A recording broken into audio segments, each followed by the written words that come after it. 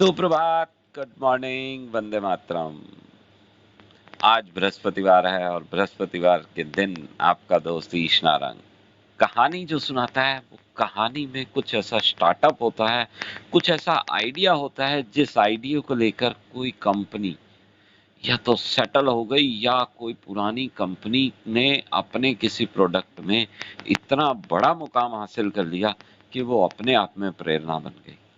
तो स्टार्टअप की जो कहानी बृहस्पतिवार को हम लेते हैं, हम ऑलरेडी 3 या 4 हफ्तों से ये कर रहे हैं और अलग अलग स्टार्टअप पे हम बात कर चुके हैं। स्टार्टअप कैसे शुरू हुआ, किस आइडिया से शुरू हुआ, और एक आइडिया किसी भी बिजनेस को बहुत बड़ा बना सकता है।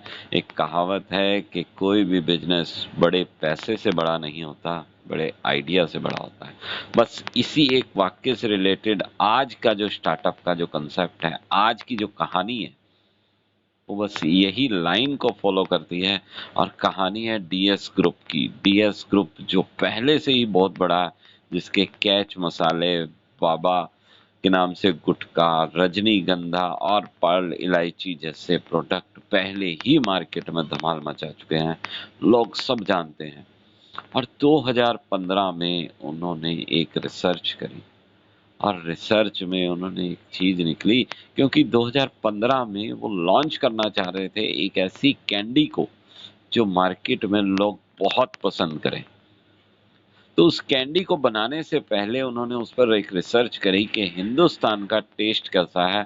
और रिसर्च में ये निकल कर सामने आया कि हिंदुस्तान में 50% कैंडीज की सेल, आप भी ये सुनकर हैरान होने वाले हैं कि कैंडीज में 50% से ऊपर की सेल आम से बनी हुई कैंडीज, आम के टेस्ट की कैंडीज की है। हाँ जी, बिल्कुल। कोई भी ऐसी कंपनी नहीं है जिसने आम के ऊपर एक्सपेरिमेंट ना किया हो। हम आईटीसी ले लें या हम पार्ले ले लें, पार्ले का मैंगो बाइट और पार्ले का कच्चा आम बाइट सब लोग टेस्ट कर चुके होंगे, सब लोगों ने उसके बारे में सुना होगा। और आम को हिंदुस्तान में हमेशा से ही बहुत पसंद किया गया है। ऐसा ही नहीं, आम को फलों का राजा कहा जाता है। तो बस आम के ऊपर जब उन्हें इतनी अच्छी सूचनाएं मिली, रिसर्च में ये निकला कि आम को बहुत पसंद किया जा रहा है, तो उस पर और रिसर्च की गई। और हिंदुस्तान में आम को, पके हुए आम को ही नहीं खाया जाता, कच्चे आम को भी बड़ी टेस्ट से खाया जाता है। और शायद हम लोगों ने भी बचपन में कच्चा आम मसाला लगा के खाया होगा और उसका क्या टेस्ट आता है, आप लोगों के मुंह में भी पानी आ गया होगा। तो बस कच्चे आम के उस मसाला वाले टेस्ट को कंपनी ने कैश करने की सोची और उन्होंने एक कैंडी बनाई जिस कैंडी के अंदर कच्चे आम का टेस्ट था, और जब उसको बाइट किया जाता तो अंदर से एक मसाले का टेस्ट निकलता। उसी चीज को पर्ल के नाम से कैंडी लॉन्च कर दी गई, पल्स के नाम से कैंडी लॉन्च कर दी गई। और वो पल्स ने हाथों हाथ हिंदुस्तान में धमाल मचा दिया।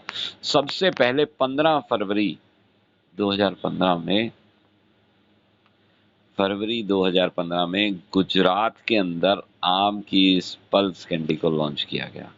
और वो कैंडी इतनी पसंद की गई कि लोगों ने उसके डब्बे के डब्बे खरीदने शुरू कर दिए और एकदम से माल की कमी होने लगी, क्योंकि इतनी बड़ी तादाद में, इतनी बड़ी क्वांटिटी उस माल की तैयार नहीं की गई थी। डीएस ग्रुप ऑलरेडी बहुत बड़ा ग्रुप है, मार्केट के अंदर उनका नाम है और उनका डिस्ट्रीब्यूटर नेटवर्क बहुत बड़ा है।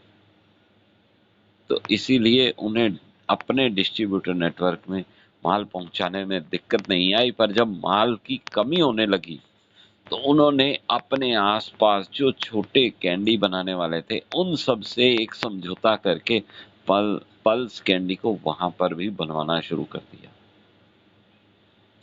और इस कैंडी का, पल्स कैंडी को इतना पसंद किया गया कि पल्स कैंडी का शुरू में किसी भी तरह का विज्ञापन के थ्रू, एडवर्टीजमेंट के थ्रू प्रचार करने की आवश्यकता नहीं पड़ी।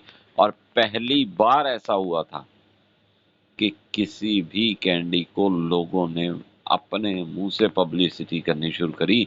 2016 में ये आलम हो गया था कि लोग अपने मित्रों और अपने रिश्तेदारों के आगे उस कैंडी की तारीफ करने लगे। पार्टीज में चर्चा का विषय बन चुका था पल्स कैंडी, और पार्टीज में परोसी भी जाने लगी पल्स कैंडी। इतना बड़ा पल्स कैंडी को पसंद करने लग गया था। गुजरात और हिंदुस्तान पूरे में जब ये फैलने लगी तो 2016 में पल्स कैंडी का उत्पादन डीएस ग्रुप ने किया 1250 टन, और ये बहुत बड़ी क्वांटिटी थी। और आने वाले 3 साल तक पल्स कैंडी ने कैंडी के राजा का खिताब, ताज अपने सिर पर रखा। हाँ जी, सबसे ज्यादा बिकने वाली। और ये एक छोटी सी कैंडी जो कि 1 रुपए में बिक रही थी, उसने 300 करोड़ का बिजनेस अंपायर खड़ा कर दिया। हाँ जी, पल्स कैंडी, सिर्फ पल्स कैंडी की टर्नओवर 300 करोड़ की है। बिल्कुल, शायद इसके आसपास पूरा डीएस ग्रुप इतनी टर्नओवर खड़ा करता था, लेकिन एक पल्स कैंडी ने 300 करोड़ का अलग से बिजनेस नया शुरू कर दिया। तो ओवरऑल बात यह है कि सिर्फ आइडिया काम नहीं करता है, आइडिया के साथ हमें थोड़ी सी रिसर्च भी करनी होती है। बहुत सारे ऐसे स्टार्टअप हैं जो शुरू होते हैं और जल्दी ही मार्केट से गायब हो जाते हैं और वो सक्सेसफुल नहीं हो पाते। उसका एक रीज़न ये भी रहता है कि सिर्फ आइडिया पे काम किया जाता है। आइडिया के साथ उतनी ही ज़रूरी है रिसर्च, क्योंकि जब तक रिसर्च भी साथ में काम नहीं करेगी तो आइडिया वो काम नहीं करने वाला। तो ये बड़ी इंपॉर्टेंट बात है कि आइडिया, रिसर्च और पैसा, तीनों चीज़ें जब एक साथ मिलेंगी तो बहुत बड़ा बिजनेस शुरू होने वाला है।